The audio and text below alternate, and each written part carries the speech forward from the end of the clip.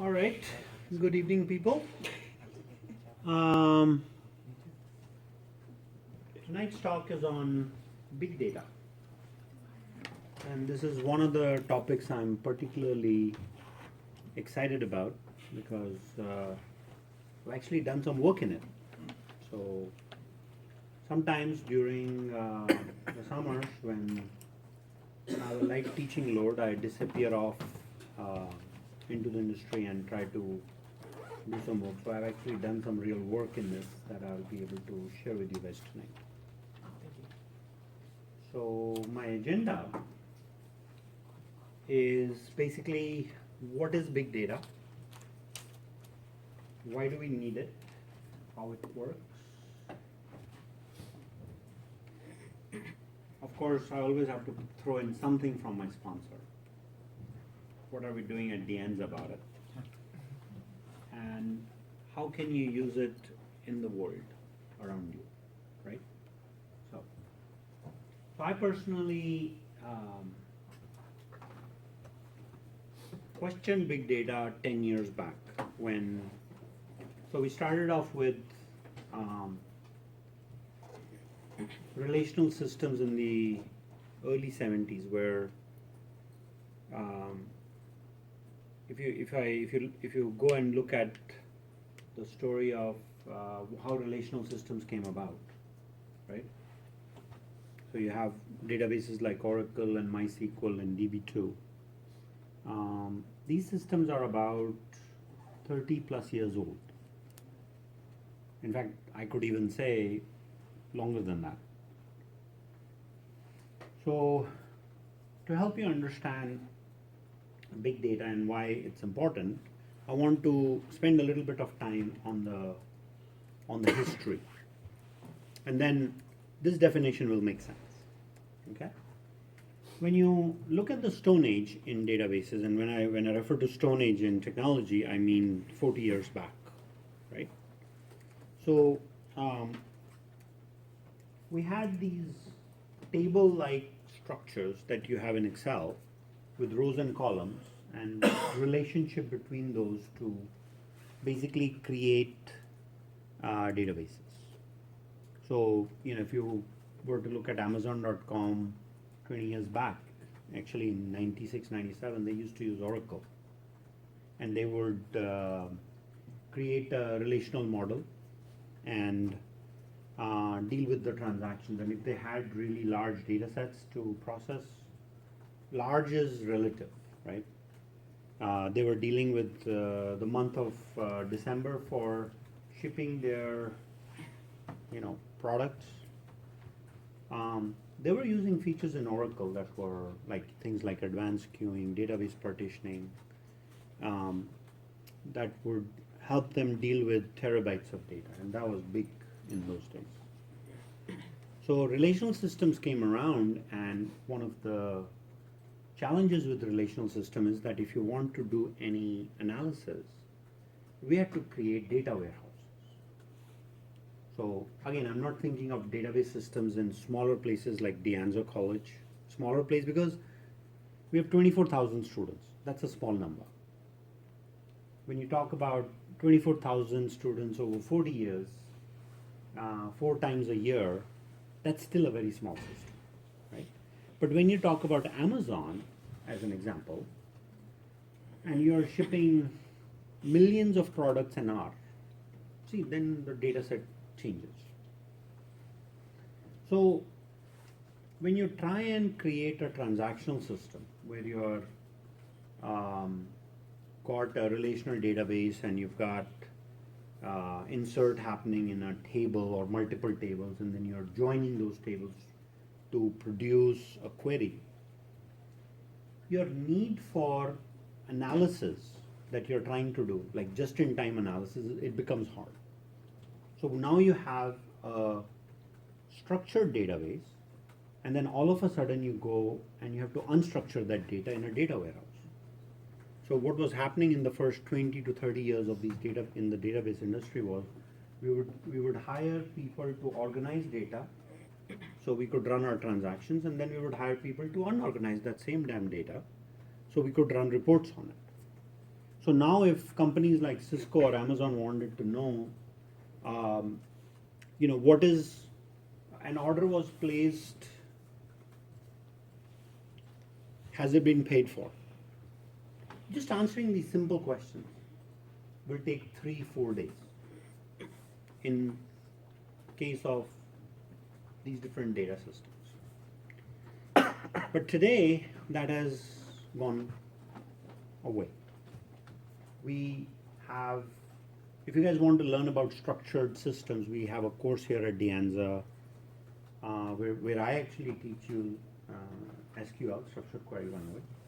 We also have a course in Introduction to Databases, which is 64A, that teaches you how these relational systems work. But that is in the enterprise becoming a very small percentage of the databases. Okay. So my personal background, in my work career, I have spent larger chunks of my time working at Oracle on the Oracle database itself, especially on data partitioning, where you can basically have data stores of terabytes. You all know your bits and bytes, right? Like what's a Pronto byte, what's a zettabyte? I don't know those two. So you don't know your bits and bytes. I know It's okay. zettabyte is not a Pronto. Well, that's why you're here, right? Because that's what helps you. So anyway, around 2005, when I would teach these classes in SQL, and then people would come around and say, "Have you heard of NoSQL?" I said, "No, man. I mean, yes, I've heard of NoSQL, but I don't like it. I don't believe in it, because relational was my religion, relational system." And then of course Facebook was starting to emerge at that time, 10 years back, and they didn't have that many users at that time. I mean, who would know that 1.7 billion people would be on Facebook? And everybody's talking about their emotions every minute. You can't handle that kind of data in a relational system. Forget that. I mean, just the enterprise, looking at, so Amazon data centers. I'm just having you just think about big data problems, right? Think about Amazon's data centers. If they have 7 data centers, how many computers are running in each data center? What activity is happening on each computer? Each computer is not one computer. One computer is bare metal hardware that could be running 100 to 200 machines. What is the activity on those machines? The logs, right? And what if one data center goes down, is the Amazon business and all the businesses running on it still running? What is the amount of data that is being generated per hour? Is more than what Facebook would generate in its lifetime, right? So, big data is extremely large data sets that may be analyzed computationally to reveal patterns. This is changing our life. You have to really think about big data seriously, and you have to say to yourself, like, how is this changing our lives? I mean, I look at myself for 30 years back. I didn't have all this information to deal with. But now when the youngsters have to look at all of this, even the older people, let's just not talk about youngsters, but there is a difference, it seems, in the frame of mind. And I'm just thinking of myself and some of my family members, right? And again, that does not define the world, that defines the world around me, right? And if it applies in general, then great. If not, at least you can consider that. When I look at my next generation, they're looking at just the relevant amount of information for processing something, and very rapidly. Like, one of my next generation member would like to send 7,000 text messages a month. Not email, not phone calls. because it's boring. Because that instant feedback is important. And if I'm trying to tell him a long story, being the college professor I am, if I try to say, he says like, get to the point. What is it that you're trying to say, right? So, just in time information, quickly, so you can react on it and move forward. So I also look at the classes, and I look at the information delivered in the classes, right? Those lecture-based things are at least seem to be getting the thing of the past, because I look at the classroom behavior from 15 years back. People would sit down for 2 hours and take notes and then process and then give exams and all that. It's not that way today, it seems like. It seems like that, okay, what is a concept? And it's like the YouTube videos, right? Should be 10 minutes or less. Explain something that's in 10 minutes or less, let me apply it, and then let me forget about it. Because I've synthesized this, right? I'm not going to, how much can you remember? So by all these comments, what I'm trying to draw your attention to is that we are purely in an information overload age. And subsystems around us that run big data are there to provide us this to-the-point information that we need to perform an action. And I'm going to touch on many examples as we go through. So we are going to reveal patterns. What kind of patterns can you reveal? Human behavior. Students at De Anza are like. Students at Carnegie Mellon are like. Students at Stanford are like. Doctors in the United States are like. So those are all patterns, right? And then trends. I mean, we could talk about politics tonight, which is so important from a big data perspective. You're trying to elect a president, and is the president going to use big data to understand their populace and who's voting for who? And what issue is important in which state, so one can talk about that? It's very important, right? That if I was I'll never be a presidential candidate because I was not born in US. And I don't think I can even produce a fake birth certificate. So anyway, we'll not talk about that. But if I were in California and I was in Southern Cal and Northern Cal, knowing the trends and issues that are important for the demographics and speaking to that, right, can really help navigate a presidential candidate to victory. And the ones that do will win. And they are realizing, they are using these kinds of things. They already know, but they're also using. Then we have associations. What are associations? I do this, or I found this. So if I know X and it can apply to Y, what are associations? So again, in politics, people that buy non-fat milk, I'm just making this up by the way, people that buy non-fat milk are Republicans, and people that buy 2% are Democrats. So you basically start looking at data and start linking the different data, and you start doing multi-dimensional analysis. You guys have dealt with 2-dimensional, 3-dimensional arrays in your programming, or 4-dimensional arrays, right?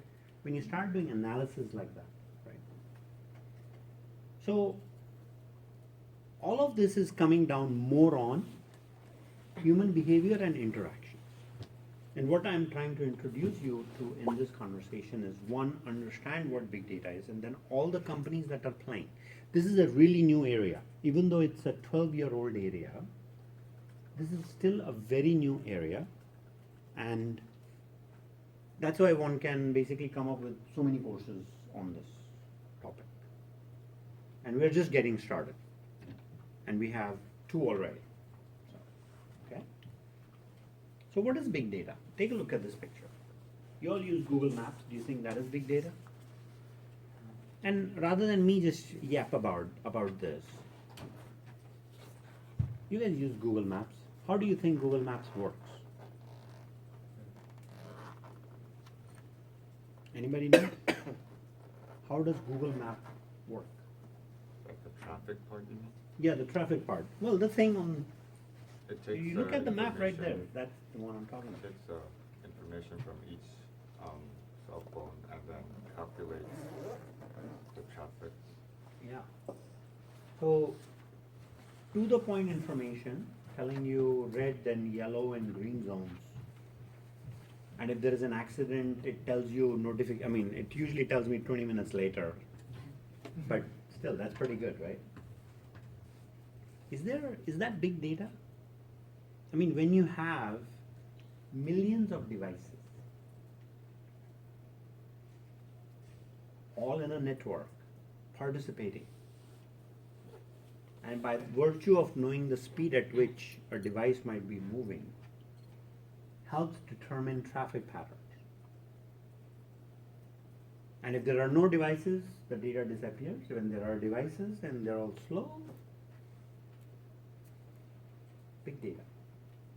So you see, when we talk about this definition, where you are looking at extremely large data sets that may be analyzed computationally to reveal patterns, well, traffic patterns is one of them, right? Now, Google Map becomes a platform, and you can start building applications on it. If the traffic is slow and there is a Starbucks, why not exit Starbucks? This is an app that hasn't been developed. Why not exit? And if you come to Starbucks, you get 50% off for your coffee. Let the traffic die down and then go back. Could that be monetized? Totally. Totally, it can be. Then we have more data, right? This is Twitter. Geocoded tweets in October of 2012. Actually, this is boring, right? Let's look at it right now. That'll be, I think, a lot more interesting. So I'm going to go to this website, tweetping.net.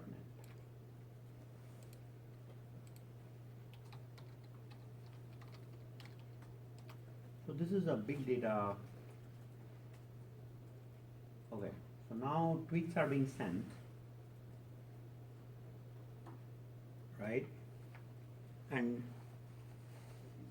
I guess if the lights were off, you could see this really well, but you can see some things. These are, like, there are some patterns around here, this part of the screen, right?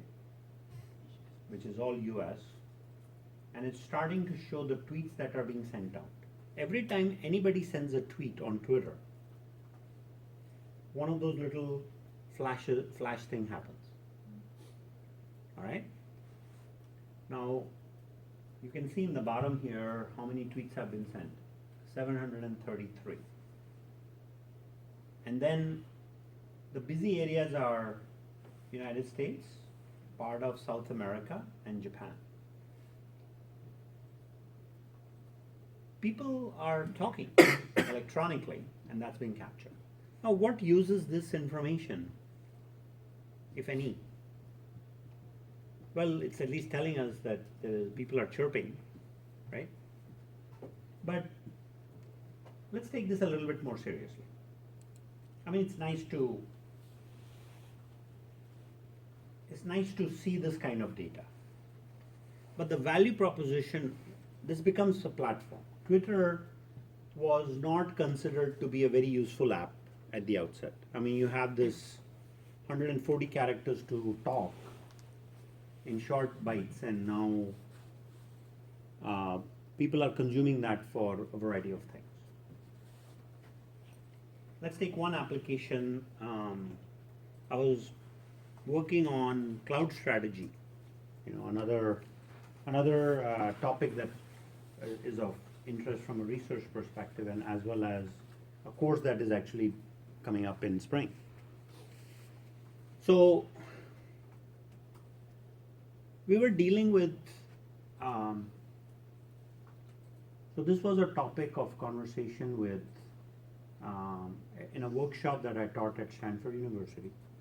And there was, the topic was cloud strategy. And how do you use the cloud with big data, right? And this is looking at the not so safe boundaries where you got violence happening, right?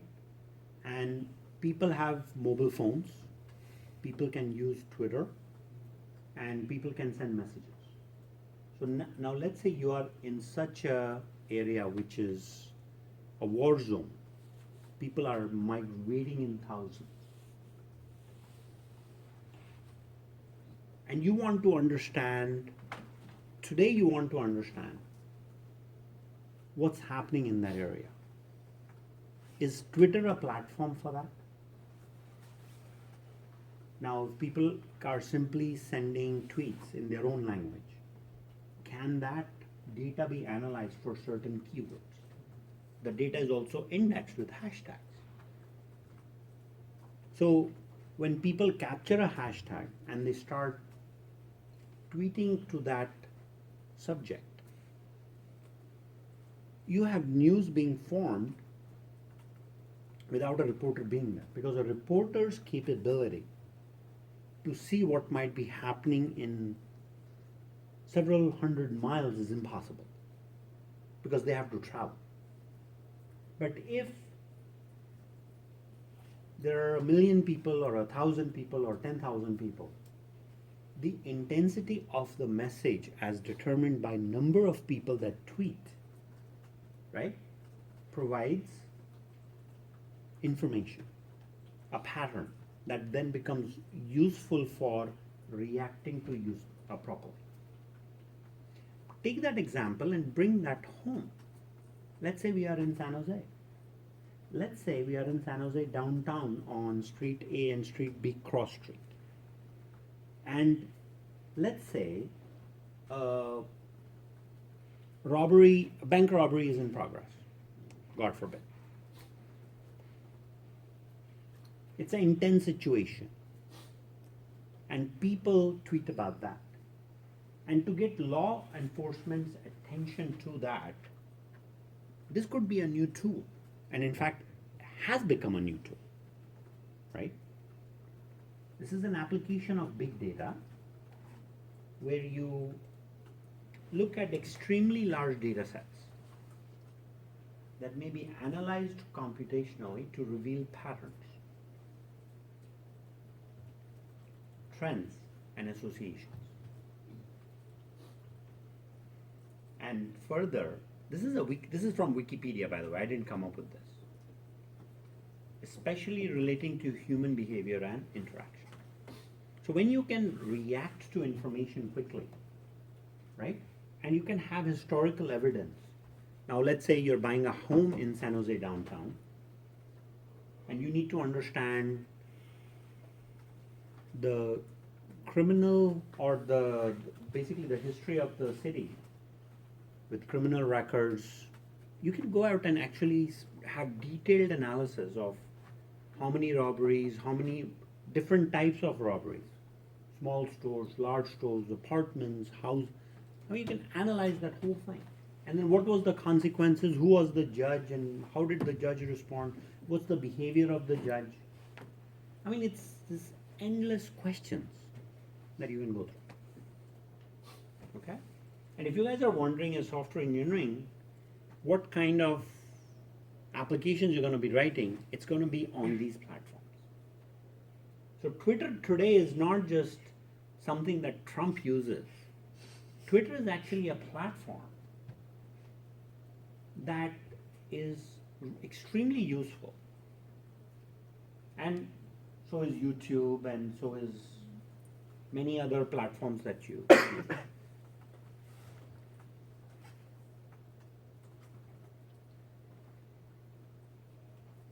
So why do we need big data? Because it's here. We have large data sets. So what are we going to do? So one thing is, as you begin to look at big data, get to know your bits and bytes. And it's on Wikipedia, right? Zettabyte, frontobytes, exabytes, and know them in order. And hopefully one of the slides here will also give you that.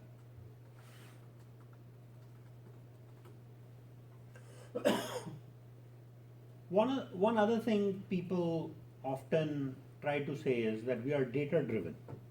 We're a data driven company.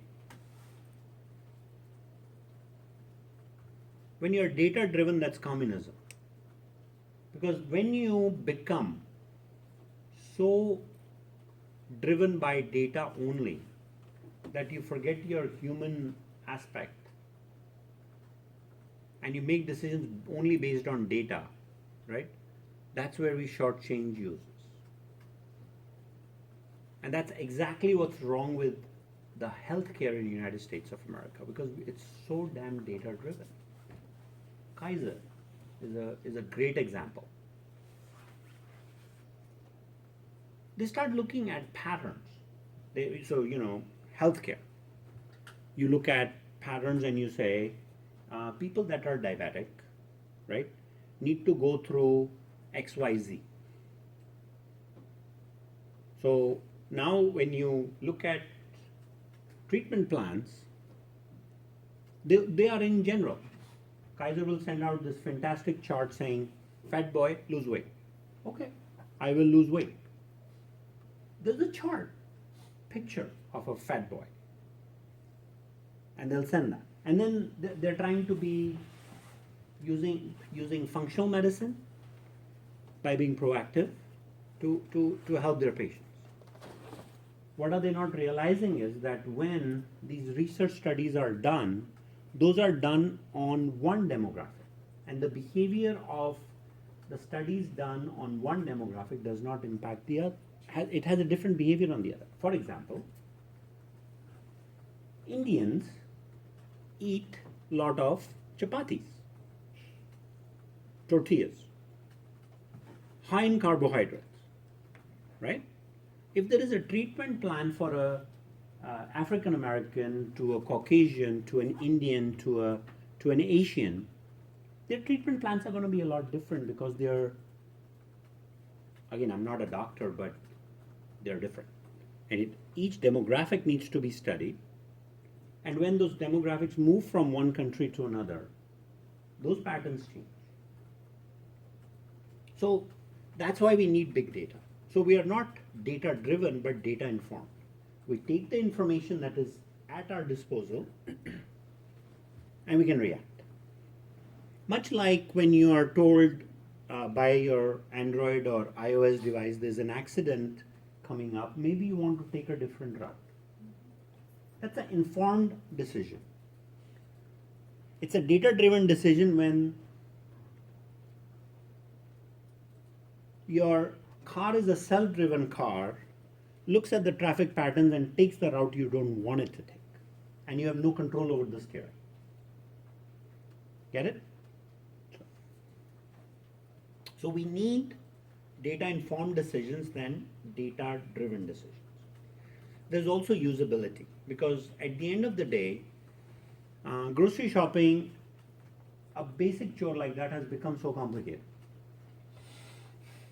So you walk into Safeway and you want to buy cough medication because you're going through, cough. And you're not a doctor, so you're trying to get over-the-counter medication. How do you decide? There's no doctor on call at late night when you go. The pharmacist is gone too. How do you make that decision? Right? So there should be in the aisle an application, a big data app that says symptomology and recommendations and side effects.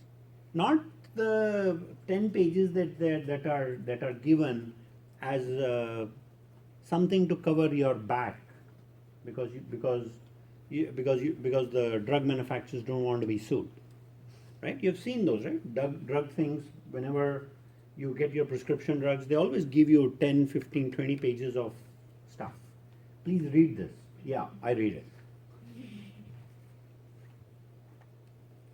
So usability, what I'm saying is that you can walk in and you can say, okay, there are N products, M symptomologies, and 2 or 3 potential medications that are good for me, and I can choose. So, and because I'm there and I've used that product, maybe it should also generate some coupons, like 50% off. That's always nice. Why should I have to carry a coupon in my pocket that's printed and then it gets stuffed in my mailbox? Stop doing that. There's no mail these days, right? Because bills are coming online and most of your mailbox is full of wonderful coupons. And you don't have time to carry those or even look through those, right? How do you look at, one moment, how do you look at what are your needs? I mean, there should be an app, a big data app that should say, okay, Singh's expense patterns in these 10 stores are blah. So the coupons that are useful for him are blah. And oh, by the way, here is a sale. So, and since you're driving by and there is a traffic jam, why don't you stop by at this Safeway? You're looking for this. Here is a coupon. Buy. You know, if those kind of apps will come, and apps are always made for shopping and e-commerce first, right? These are things in big data that will emerge. Your question. And don't you think it's already happening on Amazon? Because the other day I tried to buy some supplement on Amazon. I always go with the one that had highest rating, for example. Is it that sort of data Right. driven? No, it is there, but you don't buy everything at Amazon, right? But in the near future, you might be able to buy it, right? Like, No, you can. You can buy lawnmowers to books to drugs to everything, and even grocery now they are trying to deliver. But I mean, if you're entirely dependent on Amazon, great. Amazon will deliver those apps. If I talk about myself and my experience, you know, we are not. Sometimes we want to just kill time for shopping. The whole work at home concept is also going away. That's also a problem. Because, you know, people work at home and it's like, and then you have got TV and you got kids and, you know, how does that really work out? And well, I work whenever. And so there are all these that I don't care to get into. But your point that is it happening already? Yes, it is. But there are also other many millions of small businesses. And there are many other companies that aren't doing it. And it will happen because it becomes an integration problem. Right? It's not one, like we don't have one. Why do we have Windows and Unix and Mac? I mean, my favorite one, I mean, just to contrast, like instead of having one place to shop for the whole world and all the other places shut down, right? My first argument will be, why don't we have one hardware manufacturer? Just one, and one operating system. The tech business will be so easy. Isn't that become like antitrust? Well, law? exactly. Yeah. So now you know, there is that, we have so many millions of businesses, and whether it's a small business to a large department store to Amazon or eBay, apps need to be developed for those user experiences, right? And I was just citing some examples. So again, don't get hung up on the example. Example is just one association to help you understand the bigger need. The types of apps that need to be developed in the near future, say 5 to 10 years, right? Amazon's come up with something called dashboard buttons Right. based on big data. Right. So it is estimated that by 2020 we will have 4 times more digital data than all the grains of sand on earth. Right? And then you look at, I like this picture nicely. Let me zoom in on some of these pictures because they're really useful, I think. Can you guys see that? No. Or no? No. Okay, let's try this now. So we have different types of data. Images, videos, databases, location, clickstream, social, right? All of those need to be funneled through big data into some actionable intelligence. These are all reasons in my mind why so you have all the information and all you care about is a small bit that you really need. So what we are trying to do through these conjectured apps is tune out the noise and focus on the necessary to get the job done. And that is just not happening with data around you, it's also happening in your learning. Because there is so much to learn in computer science and software engineering and everything tech. And the velocity of change is so high that you really need to focus on the key component that you need to know, apply it, and move on. And I'm not saying that about computer science, I'm saying that about software engineering. You all know the difference, I'm sure. If you don't, computer science is algorithms. And software engineering is application of those algorithms at a high velocity. So, in my world, software engineering is enabled by computer science. Software engineering is changing rapidly. Software engineering, some people will just talk about just the design piece. But when you take software and the way you run it, whether you run it on mainframes, client server systems, cloud systems, this system, that system, all of that becomes part of the rapid change that is happening. So how do you analyze big data? Well, you look for signals. So if I focus on the trivial concept of Twitter,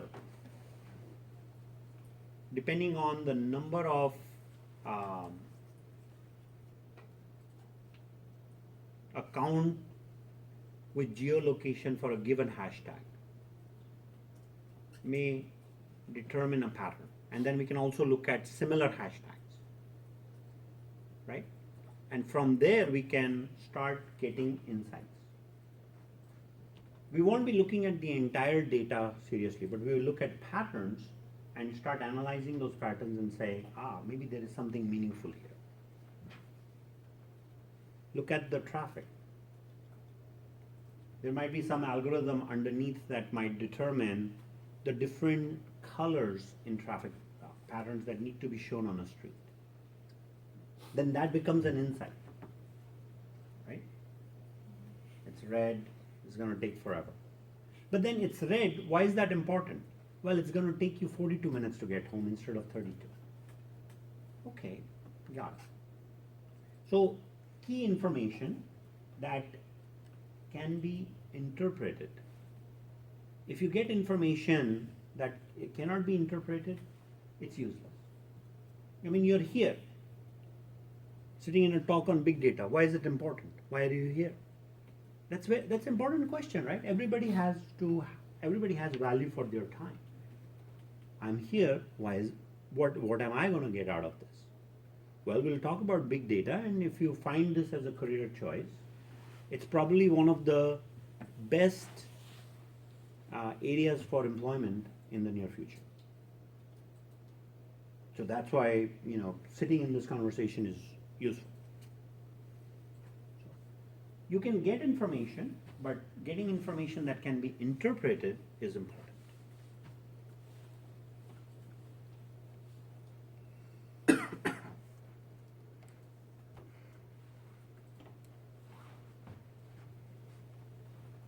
this is the current state of the economy with big data.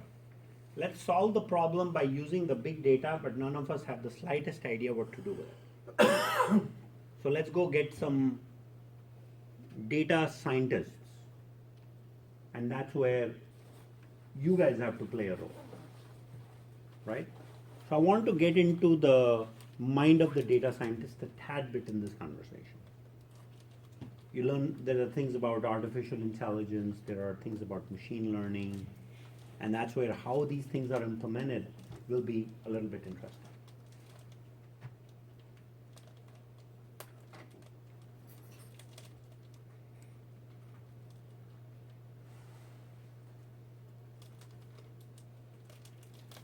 These are the three things you're tackling: volume of data, variety of data, and velocity of change. If you look at these three things, right, the variety of data coming from the different data sources to the point of taking that information, and when you go through the process of analysis, which I'll cover in a little bit, you also have the variety of not just consuming the data, but variety of delivering the outcomes of delivering specific information. So when the information is received by you, it's useful for you.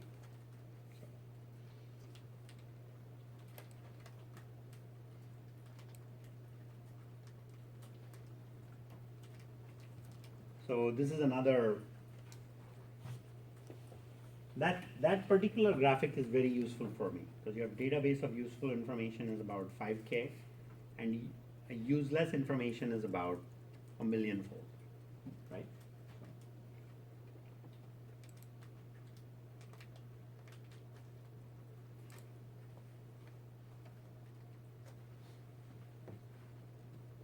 So these are a couple of Dilbert jokes that I picked up. I'm sure you can read it. It's one of it says like our big data analysis tells us that the top performers leave for higher pay. Since you're still here, it means your performance is average at best. That's not fair. That's what all the average people say. Then there is, do we have any actionable analytics from the big data in the cloud? This is actually a real statement that it speaks to an application that doesn't exist yet. There's a company called ClearStory, one of the founders of, one of the senior VPs at Astrodata founded that company. And the ClearStory is about actionable analytics. So they're looking at all the public data and trying to come up with meaningful things. Like what? Just take a look at US population. Like one of the studies that was done using ClearStory is you take migration patterns and you try to figure out why do people move to United States of America. And depending on which country they are coming from, their reasons are different. Somebody's coming from China, somebody's coming from India, Brazil, England. And you start reasoning, and then you say, okay, how does it affect the social status, financially, economically, socially, spiritually? These are all big data problems. And when you start looking at migration patterns from different countries in and out of the United States, right? You can actually find some actionable items. So this was one case study that we did in another place I teach, and it was on big data. So yes, it says the big data shows that my productivity plunges whenever you learn new jargon. Maybe in-memory computing will accelerate your application. So this is like, your brain synthesis, it's the best application. It's the best computer you have. Because you learn by association, you compute on the fly. And there was one place that one article that showed that the human brain is capable of storing how much information? As much information as is on Facebook. One human being is capable of storing that, which is in the order of petabytes. And your brain also processes information. I mean, just think about all your dreams. You run an 8-hour video every night in HD. And then you forget about it. And then sometimes you have dreams that come true because you remember them. All these actions that you have to take, think about, analyze, right? Those are human processing powers, right? And then when we say that, well, since human capacity or human brain, and there was another movie I think that mentioned this, that we humans at our best, we use our human brain to a very small percentage. If the human brain was used up to like 90%, then we'll be like geniuses. So our CPU usage is always at like 4, 5, 10%. Right? Again, I'm not saying those are I don't know if those are facts because I have no idea. But I'm really pushing myself to use my brain as much as possible. But you know, does anybody know which movie am I? Limitless. Lucy? Lucy, Oh, yeah. right? So again, we can't base big data on. But I think what I'm trying to say is that the computing power that the human brain has is still more powerful than what a normal computer can do. In the limited scope of, say, my work, whatever I can do, a computer still cannot do that. Computer cannot replace my job, at least for now. But that's where big data apps are heading. So now let's look at the landscape.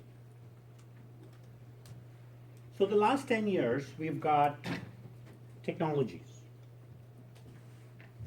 And Hadoop is like one of the big ones. HBase is also part of Hadoop.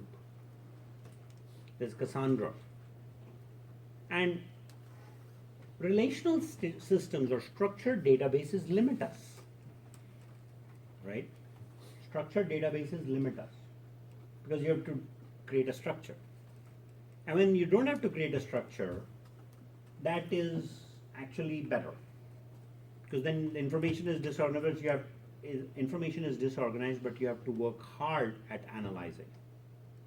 So structured databases was how things started. But now these systems underneath are starting to basically take over the enterprise. Cassandra, Hadoop. Then there are companies that are providing infrastructures. Amazon, Google BigQuery, along with Windows Azure, InfoChimps. Because if you want to take several petabytes of data and load it quickly and analyze, where do you go? You're not going to set up a data farm of your own. You're going to use Amazon. Because you can start with 5 nodes storing 50 gigabytes, and then next thing you know, you're getting 100 gigabytes a second. You're getting 100 gigabytes per second of data, and you have to process that. Let's think about our US government networks and prone to attacks from other countries. Analysis of what's happening on our US networks and how do we protect ourselves. Another big data problem. So, Any questions? So, Amazon, what technology they're using right now? I'm just trying to understand. So, I can't answer that. That's not actually a very simple question. What part of Amazon? Amazon has over 300 plus services they offer just as part of their infrastructure for running applications for other companies. I'm not talking about their Amazon.com, I'm talking about their cloud services, right? So they are running it's a mixed bag. Go to aws.amazon.com to get a start. Okay? So 10 years ago that would have been a very simple question because they had like 3 or 4 services. There was simple storage service, there was a database service, there was compute. Now when you log in, you've got 300 plus services that you can access. And they use a variety of applications. Then there is, so do you guys understand infrastructure as a service? Infrastructure is when you get software and hardware. And all you do is put your software on top and go to work. More details in the cloud course. Can I ask a question? So what about Salesforce? They're also a cloud company but they are They're not infrastructure. they're focused on CRM, customer relationship management. But they're also dealing with big data problem in that one area. So Salesforce becomes a software as a service. Okay. And it's one application. And it's also a platform because you can build applications on top of Salesforce, right? You're selling things, then they have an application and infrastructure for building apps. And there are hundreds of apps in their framework, just like Google Play has hundreds of mobile apps. Operational infrastructure, analytics infrastructure. So then you have all these other like vertical apps, there is predictive analytics, log data apps, ad media apps, business intelligence. So a lot of you guys in classes talk about MongoDB, where you can basically use Java API to save things in the cloud in a secure way. Whether you want to save one record or several 100 million records, right? You can just do it all in the cloud and in a secure way. So learning big data,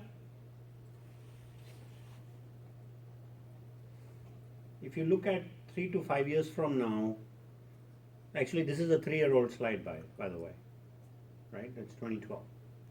If you look at the 2016 landscape and you look at all the investments that have occurred in big data, the number of companies that are around, I'm not talking about startups that just vaporize, companies that are around has basically quadrupled. So more opportunities. So everything is put into the cloud. And it's all about integrating information. And I want to personalize this for you guys as well, so you can interpret in your case as a student at De Anza how big data will impact you. Right? That's important. So that's coming up in a minute. So. And there are so many things happening. There is fast data input. Right? When you look at data collection, because what happens is you have to bring in the data, then you have to analyze that data and give relevant information just in time. So you're not in information overload.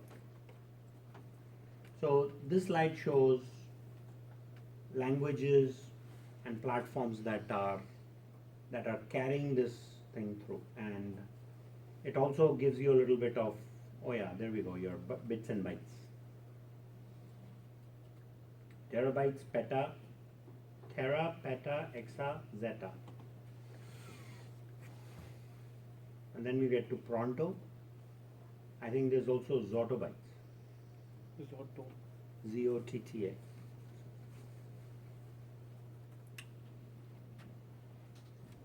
The idea is at the end of the day, you may have certain business objectives, whatever those are. And those business objectives have to be data informed, right? So then the next question is, which technologies do I use? So when I look at that question, that's a big data question too. Because, well, which one do you learn? And why, right? So the answer to that is carefully looking at each one of these at a job board in your area and saying, there seems to be Hadoop seems to have the most jobs, so I'll go learn that. Hadoop is one technology you can consider as a safe bet as a skill. But it's not just learning a technology, because when you get technology specific or vendor specific, when that vendor goes out of business, you go out of business. So you need to be vendor agnostic in your skill development. You need to understand that you're learning to design, right? And as you move from one technology to another, you can do so very quickly.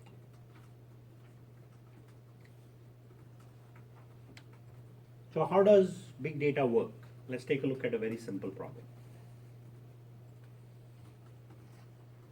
Here we are just trying to count the number of words in a paragraph. This is where analysis starts. Especially if I'm trying to do pattern analysis in a given language around Twitter, this is what I'll start doing.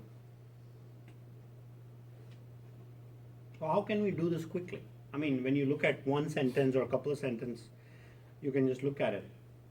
But if you have to take several machines to solve this problem, how do you do that? And I guess the one way to do it is to use this technology called MapReduce. This is a creation of Google. And what happens is you take input data. Now this does not run on one computer system. Keep in mind this will run on several thousand computer systems. Each of those computer systems running the same job, the same function, the same program. Okay? So you can basically orchestrate large clusters of machines rather than Oracle, DB2, these databases have limitation in that they are taking one database, and they also have multiple computers that can work on one database. But the limitation there is the scale. So when you're getting 100 terabytes or 100 gigabytes of information a second, and you need to compute rapidly, databases like Oracle and DB2 are just going to fall flat on its face. So MapReduce, what it uses this 6-step process that you see in front of you. There is input, splitting, mapping, shuffling, reducing, and then the final result. Basically, if I was to map this out or help you guys visualize, MapReduce would be something like this. We have, let's say we were to count the number of people that are sitting in this room, right? As a single processor system, I could go around and just say 1, 2, 3, 4, and so on. Or if I was using MapReduce, what I could do is basically delegate the responsibility to 6 people, 1 for each row, right? And the person counts themselves as part of that row and then just gives me a total. So if each person in each row does that right now, right, I could get 6 numbers that I could just add together and get the final result. That entire process is used by MapReduce. So you have the data input, you split the work, then you map. Mapping is what actually you're trying to do. Here we are trying to do a simple count, right? But these functions, mapping functions, can be different depending on what you're trying to accomplish in the analysis. So then there is shuffling, because we have different types of words, right? So what happens is, as you can see, we are, after mapping and basically doing a basic count, we are putting all the bears, cars, deer, and river together, and then coming up with total counts. That's reducing, and then coming up with the final result. Google's index is also a big data problem. How many websites are there on this planet, on the internet? How many new ones get added? How many get deleted or disappear? I mean, if you look at just Twitter and the number of messages it's creating, if each one of those tweets was indexed, you can only imagine how fast Google has to operate for indexing. Right?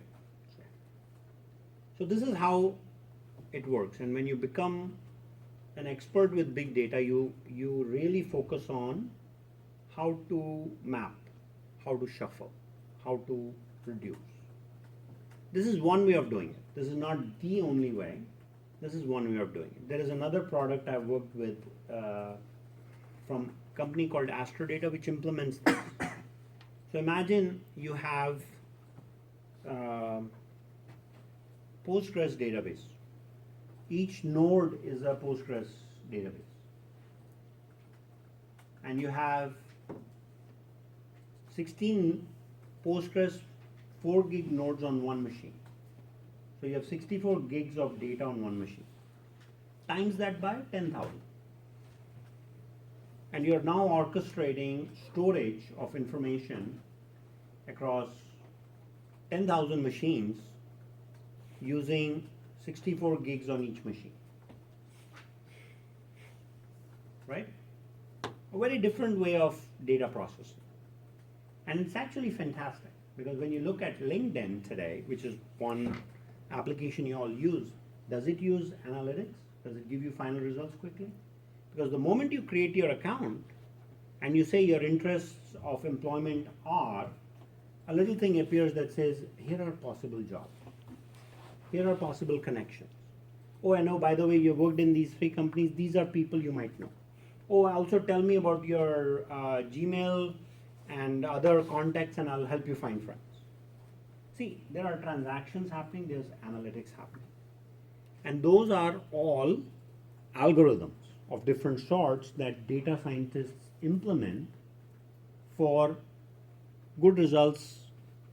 So if you really want to learn about big data, LinkedIn application, next time you're in, go through each tab carefully and see what's happening on the screen. You will learn about association. That's one of the functions that is there with these big data implementations.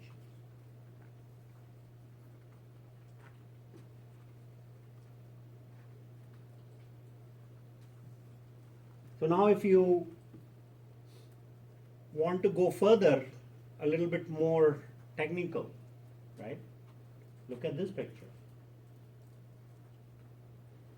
What happens with data at the system level? So this was a logical view, right? But this is a system view. So if you're working with something like Hadoop, you'll have an input, then you'll build a map, you'll buffer all of that in memory. Then you have to, when you have to split the work, you might have to move data around in different partitions. So you partition, sort, or spill the work to different disks. And then once the query is done, it has to be merged to a disk. And depending on how the queries are written, if you have nested queries, then the same process might be done in multiple phases. So then we sort the data, we go through reduction, and then produce the final output. I'm thinking of, how many of you are still using MySpace? Music. Anybody using MySpace Music? One or two of you. That was big business back 8 years back. It still is, and it, you know, the data size, I mean, I can't speak to, but they're fairly large. So when a new music video is released, notifying people, that's one simple thing, right? So if there are 10 million people that have expressed interest in Madonna's songs, they should all be notified if she has released a new video. That's one of these problems. And of course there are many other business cases, right? So let's talk about you. You all go through a degree program, right? And we have this cool application called DegreeWorks, where you go in and you create a plan.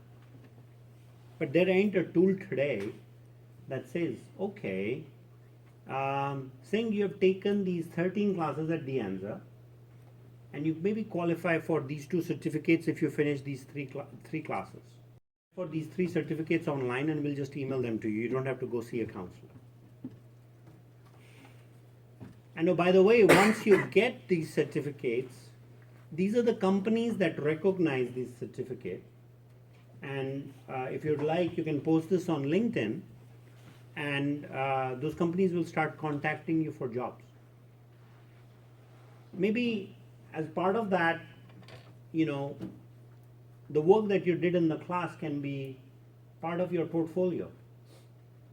And maybe your instructors can give you some ratings on your work, because that will be very authentic. I mean, if the instructor is being honest about students' performance, and there is a way to validate that electronically, take that information, and now you are hireable.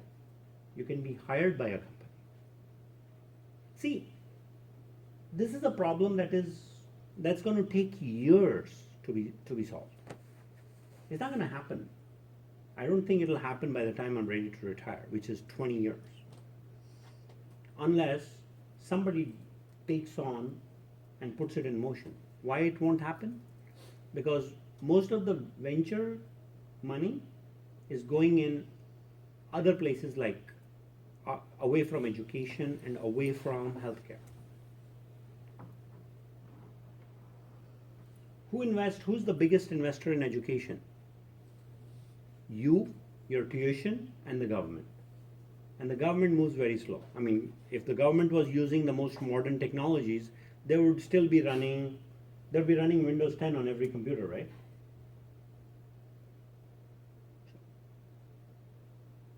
But these are problems that need to be solved.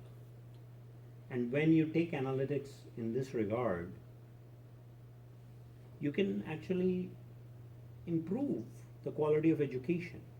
And you can, you know, a lot of my colleagues here at De Anza, we talk about pathways to the industry. And it's just not our college. Every college talks about it. Pathway to the industry. People have these skills, and these companies will come and get hired. They'll come. I mean, these companies will come and hire these people, and they'll all be employed. And then there are places where you pay $80,000-$90,000 for a degree that promise you this and nothing, right?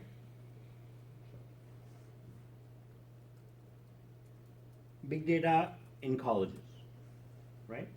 And that maybe personalizes it a little bit.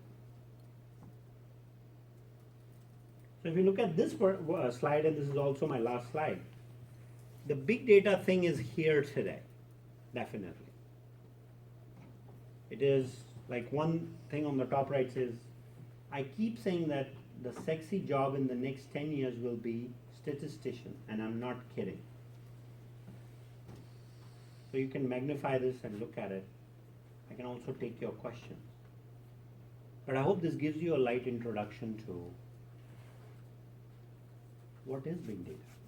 And you're all using big data. And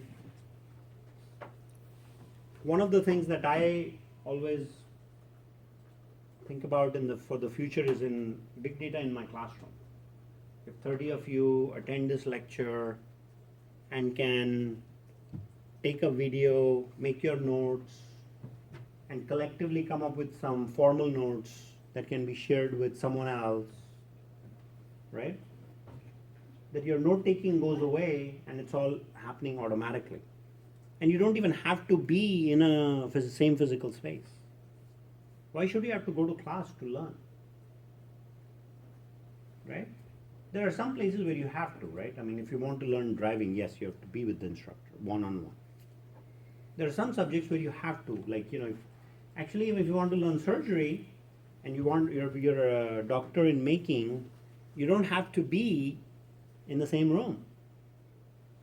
You can use 3D virtual reality to learn, and you can be operating on a patient 4,000 miles away using robotic arms, right? I mean, there's so much that's happening, and it's all around big data. Big data is not possible without the cloud. Access to information that is precise information will not happen without these mobile devices. And social aspects, things I've talked about in other, like the talk in trends in emerging technologies. Social aspect is associating the data, finding people. It was really cool to get on Facebook and find a friend from high school 31 years ago.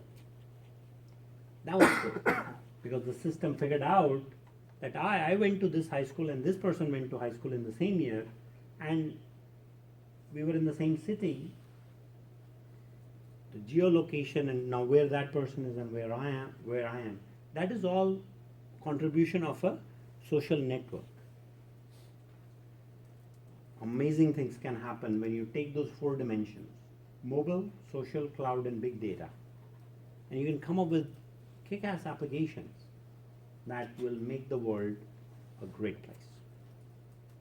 And I'll just wrap up with that. Yes.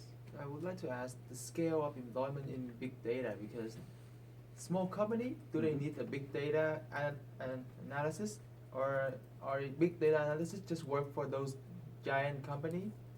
Because as small company, they do need a programmer, but would they just, Here is the answer to your question. The mean salaries for positions in data analytics and talent, right here. It's one of the top skills in big data that are in high demand. Focus on this kind of stuff. Don't focus on specific technologies. Large companies are obviously using big data. So there's a friend of mine in GE that, GE has so many companies, and they are using big data internally to optimize their factories. So if they're making engines for an airplane, optimizing the engine for better performance. So they've got sensors all over the engine, and I'm talking about airplane engines. So you've got sensors in the different parts of the engine that are being fed to a data analytics machine that is automatically regulating the engine for better performance. Here is another, so these are enterprise. Now startups are making newer technologies. So they are usually technology providers. So you could think of a vertical and come up with a new idea and start a company. And if it's a big enough problem, it might get acquired by a larger firm. So usually what happens is startups get consumed by, if they are good, by other companies. So it's all over. It's a mixed bag. But as you begin to look at big data, you can say, what skills, right? What regions? I mean, this was a really informational slide. And California feels good. How much data, right? And how old is this? 2012, right? This is a 3-year-old slide. on number 3, is that, it says SaaS, is that basically SaaS and R and things like that, or is Correct. it? Okay. Right. So you can make your resume strong, right? With skills acquisition. Now there are courses available. Of course, here at De Anza, we have a couple of courses in our database program that gives you a starting point. Sometimes people walk in and say, well, if I take that one course, and I'll get a job. Well, that one course is going to be a skill on your resume, right? So, another nice story on big data is, let's say you're flying from LA to New York, and you have a flight you have to change that changes over in Chicago. And Chicago being the windy city, there's a snowstorm, and your flight cannot land. So you were routed to Dallas instead of Chicago, right? Now, is there a system in place that can track the 130 passengers and their connections? So if some people may have their destination as Chicago. Some people may be taking connecting flights from Chicago to other parts of the United States or world, right? Is there an application that can figure out just in time and tell me, the person flying, that hey, I'm going to New York, that hey, okay, saying you're going to go to Dallas, your goal is to get to New York, and considering all the partners for the different airlines, Dallas has these 3 flights that are possible. Or, oh, by the way, these flights aren't possible. There are these hotels maybe where you can go check in because you're going to land at so-and-so time and you're not going to have a flight for another 11 hours. You don't have to sleep at the airport, eating airline food. See, that's a big data problem too. So I could keep you here till midnight talking about all kinds of problems to be solved in big data. We can order pizza and talk more, but I think I might have given you a good starting point. Are there any other questions? Which domains do you think are the most promising ones? That's a hard one. In this area, See, in Silicon Valley? even that is a hard problem for me because my involvement with big data has been with actually the companies are on that slide. I've dealt with a company that makes a spreadsheet for big data that sits on top of Hadoop. Worked with so I'm more in the systems area, database area, and when it comes to the applications and specific verticals, my knowledge is very I'm not smart enough in that area, and I need to learn more. On the infrastructure side, algorithm side, system side, how this is processed, yeah, I got it. But on the business side, it's a discovery. So, and you might find big data bloggers. Like there's a guy named David Lithicum who talks a lot about cloud and big data. Follow him on LinkedIn, and he has some really good posts that I follow. Subscribe to magazines, Information Week, and other journals that'll give you a good starting point. Seems I'm like- sorry for not answering Yeah, that. all the trajectory information just seems like. Right. um, I think. just Oh, actually, I do have an answer for you. It's not directly answering the question, but if you go look at pwcmoney3.com, okay, PwC, PricewaterhouseCoopers, money3.com. Their website talks about the investment trends in software in Silicon Valley, right? And then you can I think look at the software investments by industry, right? That might give you an idea. And if you look at the early stage companies like Series A, Like Like what? Series A. Correct. So when just for the audience, I mean, when investments happen from venture capitalists, VCs, the first round of funding is, first is an angel round, then there is Series A, and it goes from A through E. Series A is when the company started. If you look at Series A investments for a given vertical in Bay Area or California, that might be a good starting point for that information. Are there any other questions My last question would be about Scala. about Scala, the language. Scala? Oh yeah. I just see it popping up, Mhm. like it really seems like it's growing in some interesting areas, but I don't know anything about it. Scala is like Ruby on Rails with Java. And people have brought that up. It's actually an interesting play. Making object-oriented more, and again, I'm kind of dangerous with it, so I shouldn't say much because I haven't looked into it. I've also only heard about it. But it's one of those things where you want rapid development. So when we talk about rapid application development or RAD, the conjecture there is that we've got all these apps that have to be built by citizens. See, the whole nomenclature of the software industry is changing. We're not building these standalone apps that we used to in the mid-90s or even in the last decade. Now we are building apps that we use and then throw away. And under the realm of citizen development, which is what Gartner calls this area, the idea is that you build these apps for short-term use. And then the apps are garbage collected and new apps are created.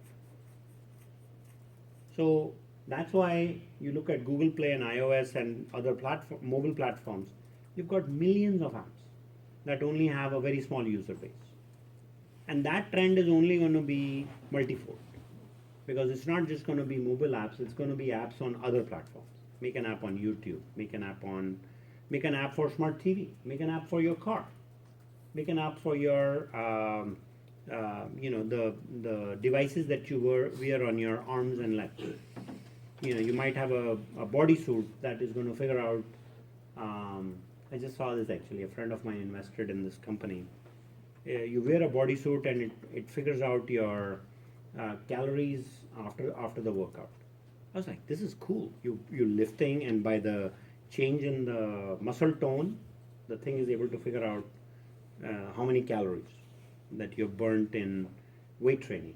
That app doesn't exist. Anyway, I'm not answering those questions. Those are powerful questions, A+ questions, but you guys are a good audience. I'm sorry I don't have those answers, but I can at least provide a starting point. It's a really exciting area and well worth your time to look into, and even if you don't look into it now, you will end up because you'll have no choice. Why? Because it's happening. Okay, hope you had fun. I will see you all around. Thank you. Okay, take care guys.